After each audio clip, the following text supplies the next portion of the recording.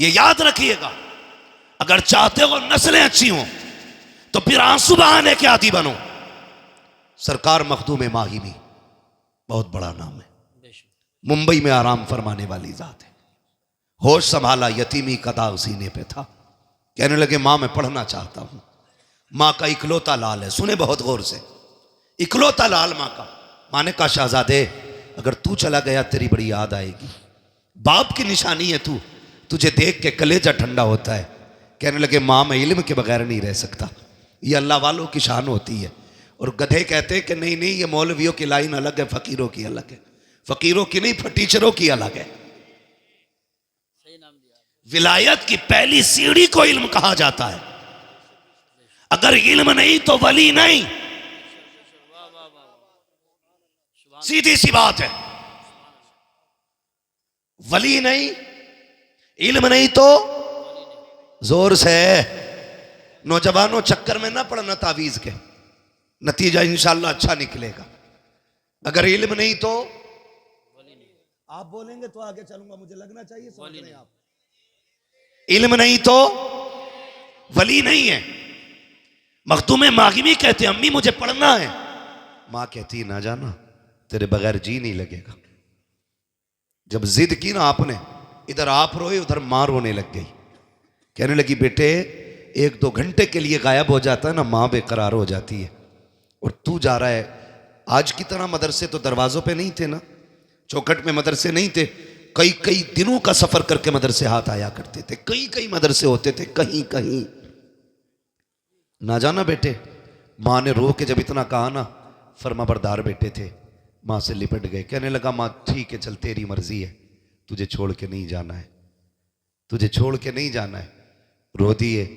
जब रोते रोते मां के कदमों से लिपटे ना, मां के हाथ उठ गए। कहने लगे अल्लाह मेरे बेटे की तालीम का घर पे इंतजाम फरमा दे। ये इल्म के बगैर नहीं रह सकता। मेरे मालिक मेरे बेटे की तालीम का इंतजाम फरमा दे। माँ के हाथ उठ गए थे। जब दिल बेकरार हुआ कहने लगे सुकून कहाँ मिलेगा। तसल्ली के लिए दरिया के किनारे गए। एक पत्थर पड़ा था जाके बैठ जाते हैं। आंसू बहा रहे हैं। ख्याल आ रहा है शायद जिंदगी में इल्म नहीं सीख पाऊंगा। लेकिन थोड़ी देर गुजरी थी, इतने में बड़े हसीन व महजबीन बड़े खूबसूरत बुजुर्ग के चेहरे की जियारत हो जाती है। आते हैं, आने के बाद कंधे पे हाथ रखा। बच्चे बताना यार क्यों रो रहा है। मखदूम मागिमी ने कहा था जनाब चले जाइए, ये मेरा दर्द है, मुझे रोने दीजिए। आप क्यों पूछना चाहते हैं। कहा बेटे बता तो, हो सकता है तेरे दर्द का इलाज मेरे पास हो। बच्चे ने कहा पढ़ना चाहता था। मां ने दूर जाने की इजाजत नहीं दी। घर पढ़ाने कौन आएगा, इतना सुनना था। आने वाले ने कहा आंसू पोंछ ले, कोई आए ना आए, आज के बाद तुझे पढ़ाने के लिए हम यहाँ आते रहे। सुभान अल्लाह। नारे तकबीर, नारे रिसालत, नारे गौसियत, मसलके आला हजरत उलमाए अहले सुन्नत। सुभान। हम यहाँ आएंगे।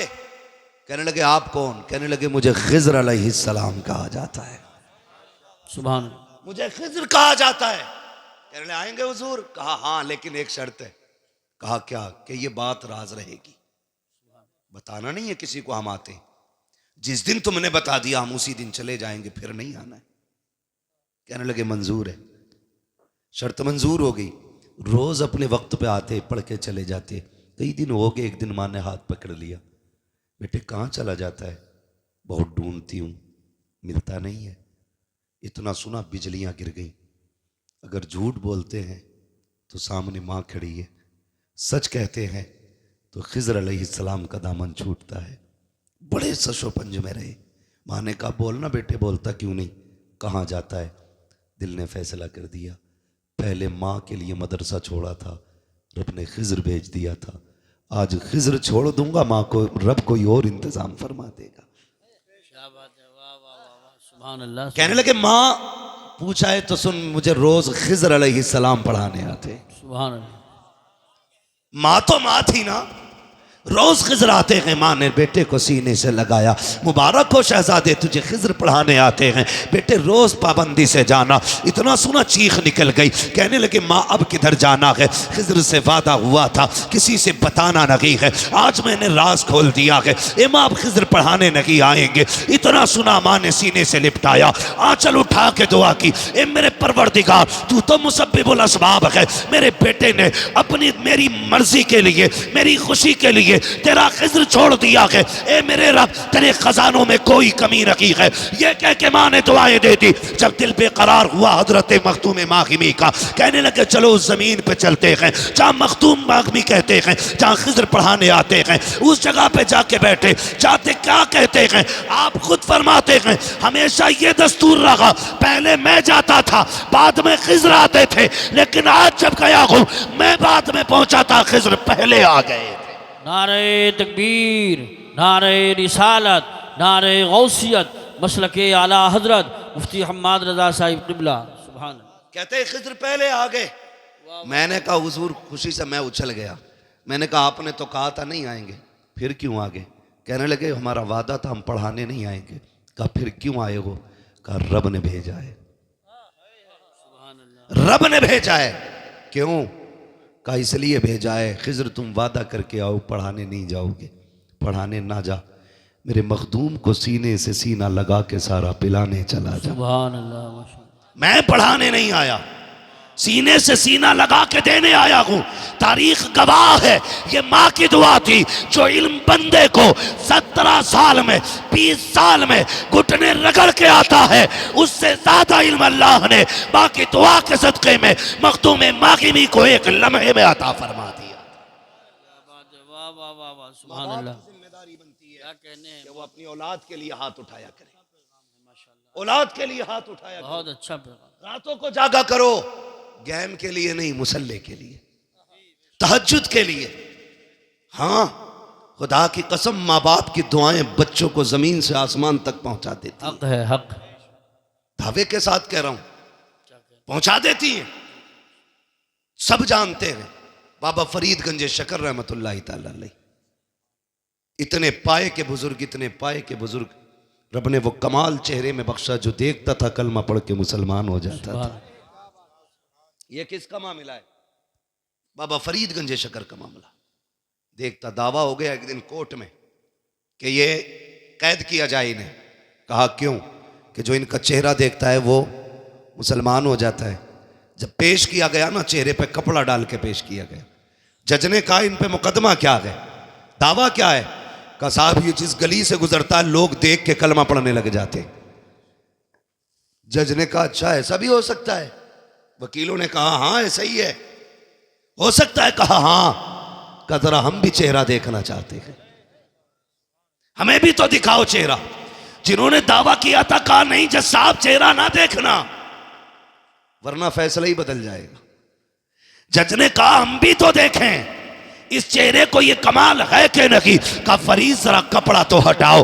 जैसे कि बाबा फरीद के चेहरे से कपड़ा उठा गए, जज की जबान से बेसाख्ता निकल जाता है ला इलाहा इल्लल्लाह मुहम्मदुर रसूलुल्लाह। दौड़े दौड़े घर आए, मुस्कुरा के कहते हैं माँ कमाल हो गया, तेरे बेटे पे ये मुकदमा हुआ है, जो इसे देखता है कलमा पढ़ के मुसलमान हो जाता है। माँ ने कहा फरीद तो क्या कमाल है?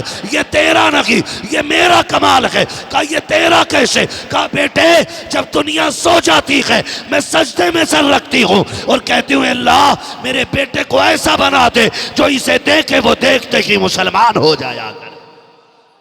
सुभान अल्लाह, सुभान अल्लाह, क्या बात है। जिम्मेदारी है वो औलाद के लिए दुआ करें, खाली उस्ताद का काम नहीं है, आपकी भी जिम्मेदारी है, आपके भी अपने काम है। समझ रहे हैं ना मेरी बात? मेहनत किया करें। ये इतने बच्चे आके बैठे, ऐसा नहीं है दीन कोई लेमिनेशन है, कुरान कोई सॉफ्टवेयर था जो 2 घंटे में अपडेट हो गया। चारपाई पे लेटाया सुबह को हाफिज जी बन गए, ऐसा नहीं है, ऐसा नहीं है।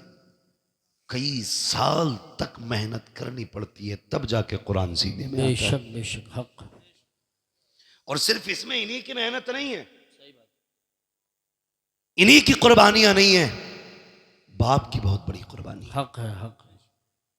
ये तलबा भी मेरी बात अब गौर से सुने, बाप की बहुत बड़ी इसमें मेहनत शामिल है। हजरत जी, बाप का बेटे से रिश्ता इतना गहरा होता है, कितना भी थक के शाम को 10 रुपए के अंगूर लेके घर में आए, वो बच्चे दौड़ के कदमों से लिपट जाए ना, सारी थकन उतर जाया करती है। बेशक बेशक। अगर बेटा ये कहते हैं ना, अब्बा मुझे नए कपड़े पहनने हैं, वो बाप शाम को लेके आए, बेटा सो चुका हो, वो बीवी से कहता मेरा अब्दुर्रहमान किधर है? कहा सो रहा है। कहा उठाओ ना। कहा सुबह देख लेंगे। कहा नहीं, अभी उठाइए, हम इनकी पसंद की चीज लाए हैं। बच्चा आंखें मलता हुआ उठता है और नए कपड़े देख के जो उसके चेहरे पे मुस्कुराहट होती है ना, अब्बा उस मुस्कुराहट पे 1000 बार कुर्बान हो जाता है।